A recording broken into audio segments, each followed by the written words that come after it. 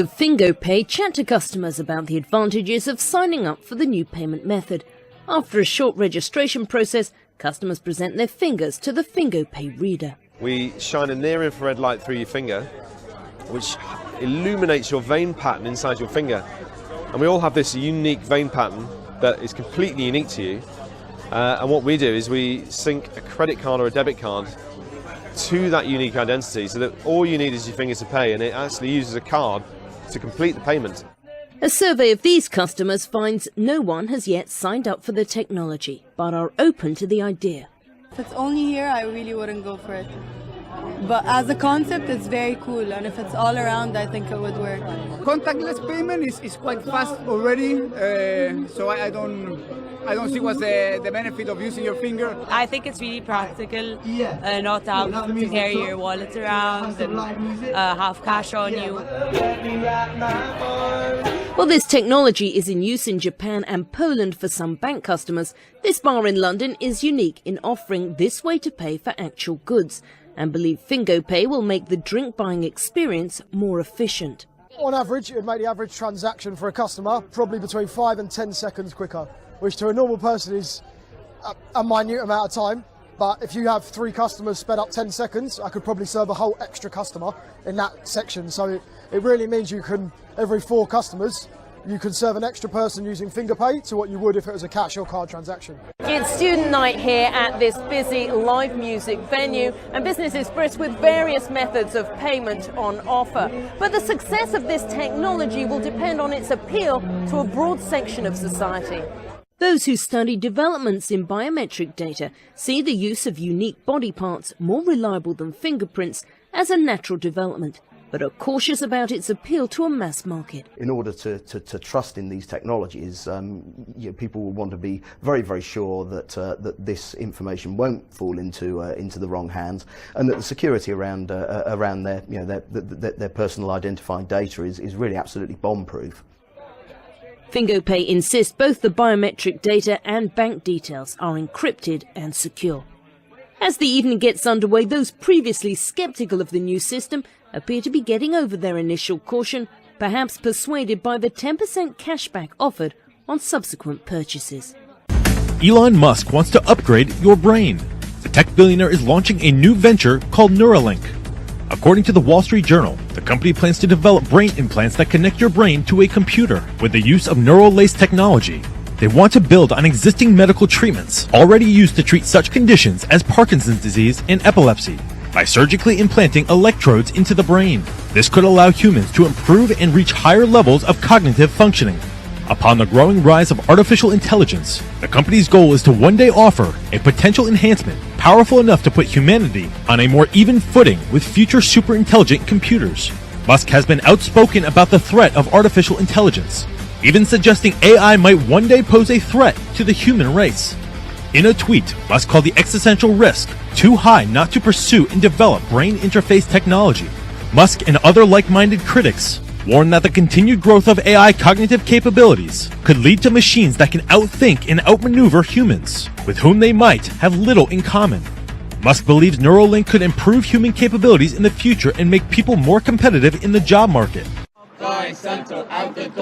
Demanding the EU blocks a deal that would create the world's biggest seeds and pesticides company. Environmental campaigners turn out in Brussels to oppose the merger of Germany's Bayer and America's Monsanto. We think these corporations already have a toxic grip on our food supply, and if these mergers are allowed to happen, then we think this is going to be a marriage made in hell. This is going to be bad for farmers, it's going to be bad for the consumer, and it's going to be bad for nature, and we think the European Commission should stop these mergers from happening. A petition letter signed by 200 organisations has been delivered to the EU's competition commissioner. Bayer and Monsanto say the merger would bring billions of euros of investment and create several thousand new jobs.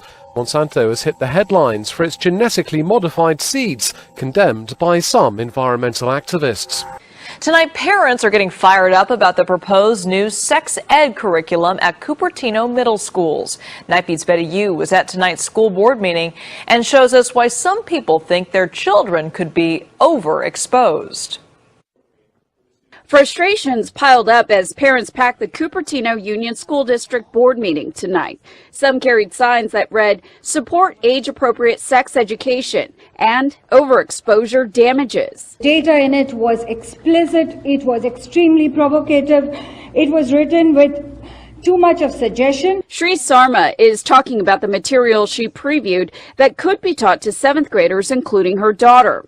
In January 2016, the state passed the California Healthy Youth Act, which mandates comprehensive sex ed at least once in 7th or 8th grades and once in high school.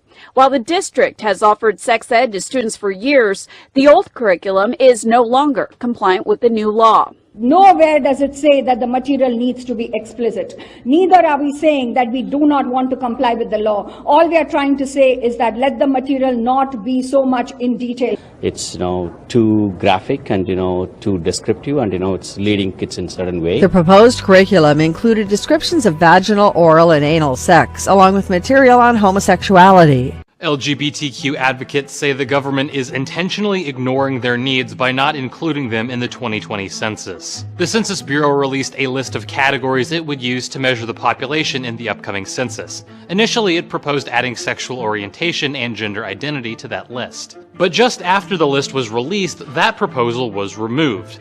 The Census Bureau said including it was a mistake. Now advocacy groups say they're being ignored. A representative of the LGBT Research and Communications Project said, quote, "They can't address what they can't see. They're making it so there's no information to understand the needs of the LGBT community." Polygamists will face harsher punishments if convicted of crimes like domestic abuse or fraud due to a new law signed by Utah Governor Gary Hebert. The measure passed by one vote in the final minutes of Utah's legislative session following several dramatic hearings on the topic and a protest rally in which the family from the TV reality show Sister Wives and several hundred others spoke out against what they said were attempts to infringe on their rights to live in plural marriages. A polygamist man said, "It's absurd that in this day and age that our speech, freedom of religion, and ability to do what we want in our bedroom is being policed by the state of Utah." North Carolina Governor Roy Cooper reached a deal with lawmakers Wednesday to repeal the state's controversial House Bill 2. Widely known as North Carolina's bathroom bill, the law requires people to use the restroom that matches the gender marker on their birth certificate. It also places restrictions on local governments that want to pass non-discrimination ordinances. Former Governor Pat McCrory signed it into law in March 2016. And though the new compromise would repeal HB 2, it lets the state maintain control of regulation for public restrooms. And local governments would have to wait until December 2020 to pass anti-discrimination laws. Because of that, some anti-discrimination advocates are denouncing the agreement. In a tweet, the president of the Human Rights Campaign said it was simply another version of HB 2 dressed up in a way desperate lawmakers hope will save the state's economy. Cooper acknowledged the deal isn't perfect, but said in a statement it begins to repair North Carolina's reputation. State lawmakers vote on the appeal Thursday. More than 50 million Americans face the threat of severe weather today. A destructive system brought flooding overnight to parts of Louisiana. Winds approaching 100 miles an hour ripped apart homes in Texas. Tornadoes smashed houses and broke the trees there. The risk of tornadoes continues today. Radar shows the scope of the violent system. Today's severe weather threat stretches from the Gulf Coast into Michigan. David Begnaud is in Oakdale, Louisiana, with the new damage overnight. David, good morning. Gail, good morning. We've been on the road since 2 a.m. tracking the severe weather, and it has led us here to Oakdale. We just talked to the mayor, who believes it was a tornado that moved through here. Some of the damage is behind me, but I want to give you this look. I'm always amazed when a 6'1" guy like myself can stand in what was the root of the tree and give me the impression of what it looks like now. I mean, it swallows a guy. Can you imagine the winds that it would have taken to lay this bad boy over about 2.5 hours ago? This is a part of the same weather system that we've been tracking since Tuesday that started in Lubbock, Texas, and is marching eastward. Overnight, severe storms swept through the south. More than 9 inches of rain caused flash flooding in southern Louisiana, while high winds brought down trees and damaged buildings.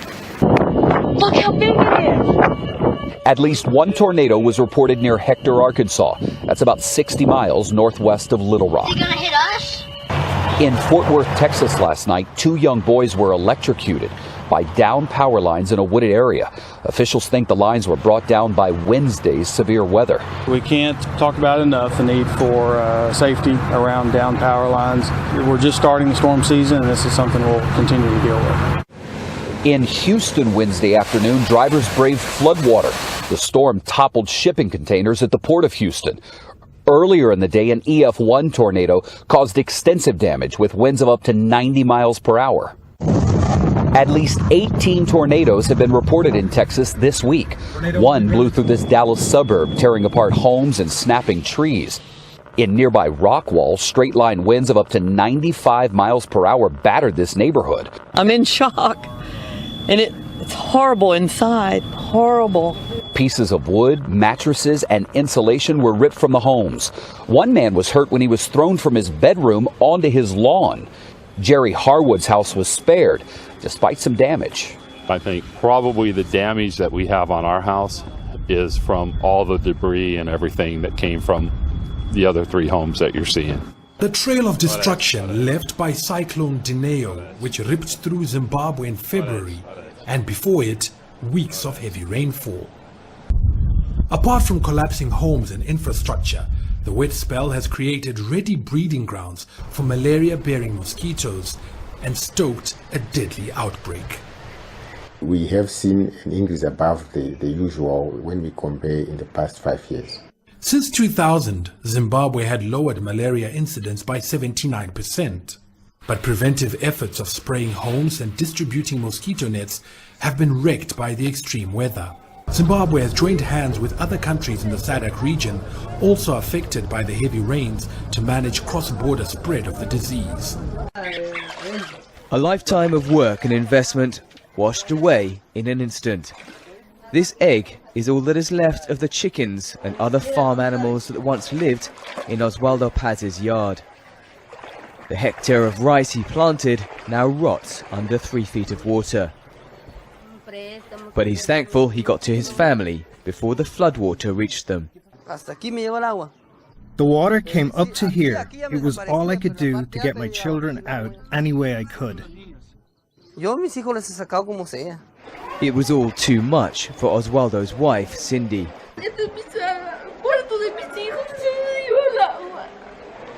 This was our living room and my children's bedroom. The flood took away everything. We'll have to live somewhere else. When the flood came at 1 in the afternoon on Monday, the people in the tiny hamlet of Santa Rosa headed for high ground.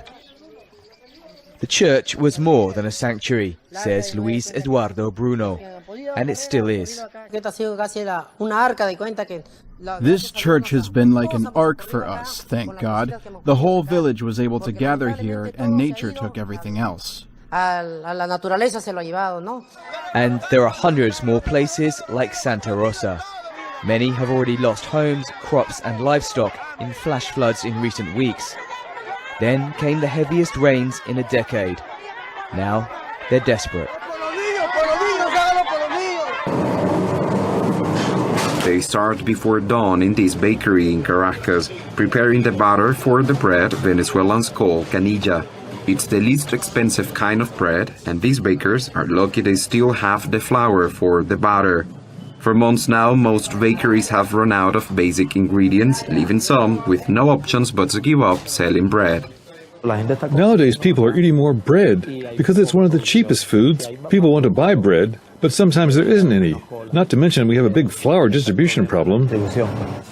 New regulations for bakeries mean those which buy subsidized flour must sell canilla from 7 a.m. until 7 p.m.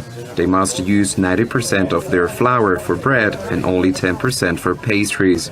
President Maduro has accused bakery owners of hoarding flour to use in more expensive pastries rather than in subsidized bread. Bakers are not the problem. The problem is that they don't have wheat, and that means there won't be any flour. The government started to distribute flour to bakeries, but that effort is failing, complicating the situation even more. In the Venezuelan capital, people expect to spend hours in line waiting to buy bread. The lines have grown longer and longer. We can't enjoy our lunch or our free time because we need to queue for hours to buy bread. It's not fair. According to the Venezuelan Flour Federation, Venezuela's 8,000 bakeries receive 30,000 tons of flour a month, but that is simply not enough. The federation says its members need 4 times that amount to meet the demand for bread. During the last week, government inspectors have arrested several bakers and seized 2 bakeries for charging more than the official price for bread. But hungry Venezuelans are asking whether inspecting bakeries will begin to resolve the issues that are keeping them from putting enough food on their tables. Well, the First Amendment prohibits the establishment of a state religion in this country. Of course, these days that law is usually used to stop prayers at football games and other dangerous expressions of faith like that. But now a Christian group says it is needed to stop the federal government from promoting the religion of Islam. According to the Christian Action Network, the Department of Education is funding educational materials about Islam distributed by PBS that are just thinly veiled propaganda for the faith of Muhammad, peace be upon him. The Department of Education spokesman told us the department does not fund nor encourage the use of particular curriculum. One wonders what exactly they do, and instead that's a strictly state and local issue. However, the PBS website clearly states that classroom lessons are funded by the Department of Education. We pointed that out to the Education Department. We're still waiting for a response from them. Martin Moyer is the founder of the Christian Action Network, and he joins us tonight. Martin, thanks for coming on. So explain how you believe the Department of Education is funding pro-Islamic propaganda. What are they doing exactly? Well, first of all, if you go to the PBS Learning Media website and pull up the Islamic education programs, they have the Department of Education seal on it, and it says funded by the Department of Education. So we took a look at these various programs that are available for the public schools, and we were quite frankly shocked at some of the lesson plans that students have to achieve in the classroom. For instance, teachers are expected to ask their students, what does a Muslim prayer sound like? What do Muslim prayer movements look like? What are some of the things that Muslims say when they are praying? And you have to ask yourself a question. Why does the federal government find it necessary that our kids, grades 5 through 12, know what a Muslim prayer sounds like? As a matter of fact, what would the proper answer to that be? How can a teacher grade a student on these type of questions? But that's not all, Tucker.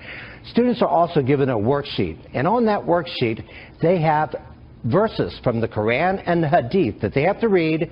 Then the student has to give the meaning of those verses.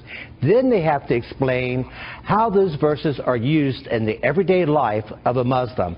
Can you imagine the outrage if students were given scripture from the New Testament and told they have to give the meaning, interpret that New Testament scripture, and explain how Christians use that scripture in their everyday life?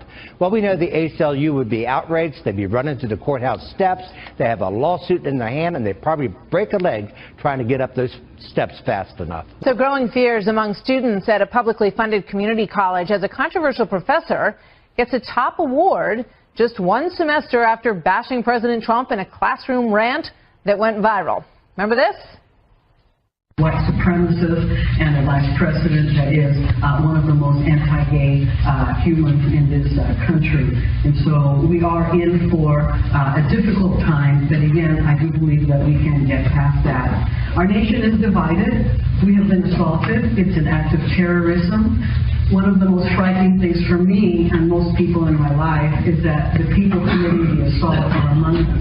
It is not some stranger from some other country coming in and attacking our sense of what it means to be an American and the things that we stand for. We are way beyond Republicans and Democrats, and we're really back to being a civil war. And I don't mean it in a fighting way, but our nation is divided as clearly as it was in Civil War times. When I first heard what Olga said on that video, I was outraged. And when I heard that she had accepted and was nominated for the Faculty Member of the Year award by a committee of just 10 faculty, staff, and administrative officials at our college, not by any students, I was outraged, and I still am. The 2 pro-life activists who exposed Planned Parenthood's practice of selling baby body parts are now being charged with 15 felonies in the state of California for violating the privacy of healthcare providers. Journalists David DeLayden and Sandra Merritt face a felony count for each person they secretly recorded and an additional felony charge for criminal conspiracy. The charges come 8 months after similar charges were dropped in Texas, but the California judge says the pair violated privacy law. To the scare on Capitol Hill today, a driver slamming into a police cruiser, officers then opening fire. The car had been driving erratically near the Capitol, and for a time authorities did not know what they were dealing with. Fear this morning that the Capitol was under attack. A suspicious driver heading toward police. We heard a shot and followed by 2 quick shots after that. This all started around 9:22 a.m. when authorities say an erratic and aggressive driver during a traffic stop made a U-turn, nearly hitting officers, then rammed a police cruiser. Police opening fire in pursuit. Once the shots were fired, that's when the police converged. They were just coming out, seeming like from nowhere. It was all over in seconds. Authorities arresting 20-year-old Talia Everett. Sources telling ABC News she has a history of mental illness. Parts of the Capitol were put on lockdown today, but no one was injured. Still, authorities have seen a pattern of unstable people engaging in acts of violence near Washington landmarks. D.C. officials have told us that every week, 2 to 3 people are referred for mental health services after showing up near the Capitol or the White House, David. All right, CBS affiliate WFSB reports that according to police, Greenwich High School was on lockdown on Wednesday afternoon due to an unspecified threat.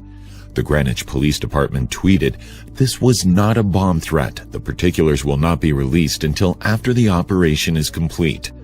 Officers were called to the Connecticut building on Hillside Road around 1 p.m. Standard lockdown procedures continued even without incident. Authorities advised parents not to report to the school and said that all present were safe and no other schools were involved.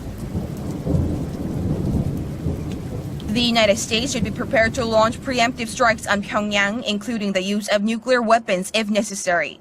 This is what former CIA Chief James Woolsey said in an op-ed piece in the Hill newspaper, accusing the U.S. media of underestimating the threats posed by the regime. Woolsey, who was director of the CIA during the Clinton administration, warned that if the North uses a warhead-triggered electromagnetic pulse, it could kill 90% of Americans. Listing the diverse scenarios of North Korea delivering nuclear weapons, Woolsey claimed it could attack the U.S. with a missile, a bomb-laden freighter, or even a suicide terror mission. Reflecting the seriousness of North Korean threats, the U.S. House Foreign Affairs Committee on Wednesday passed legislation and a resolution on dealing with the regime. The new legislation includes calls for harsher sanctions on North Korea and relisting the regime as a state sponsor of terror. Amid the heightened nuclear threats, up to 100 people have been spotted at the North nuclear test site, with the leading North Korea monitoring website 38 North saying the regime could conduct its 6th nuclear test at any time. According to the Russian ambassador to South Korea, Moscow is interested in cooperation with Pyongyang. North Korea and Russia are cozying up lately as China takes a firmer stance toward the regime with its recent suspension of North Korean coal imports. Earlier this month, North Korea and Russia signed a labor immigration accord, under which they agreed to send more North Korea workers to Russia. At a meeting the following week, Russian officials reportedly expressed interest in long-term plans to expand the program. The bilateral cooperation comes at a time when a full range of global sanctions has been imposed on the regime, even amid reports that North Korea is preparing for another nuclear test. Moscow has been vocal against limits in the latest UN resolution on North Koreans working overseas, with Russian officials saying sanctions must not affect North Korean people's lives. In fact, Moscow has the second most North Korean workers after Beijing, with as many as 50,000 North Koreans believed to be working in Russia. The U.S. State Department has raised concerns about North Korea's export of labor, saying it generates a significant amount of revenue for the North Korean government and facilitates the development of the North's illicit nuclear missile programs.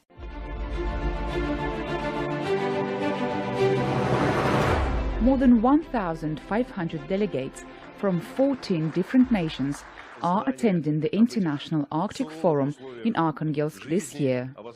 For the first time, the Chinese delegation, headed by Vice Premier Wang Yang, has traveled that far north. China is a participant, a builder, and a contributor in Arctic affairs. We would love to and also have the ability to make greater contributions in the development of cooperation in the Arctic region. Along with Russia's Deputy Prime Minister, Dmitry Rogozin, Wang Yang viewed an exhibition showcasing the latest technologies for the Arctic exploration. China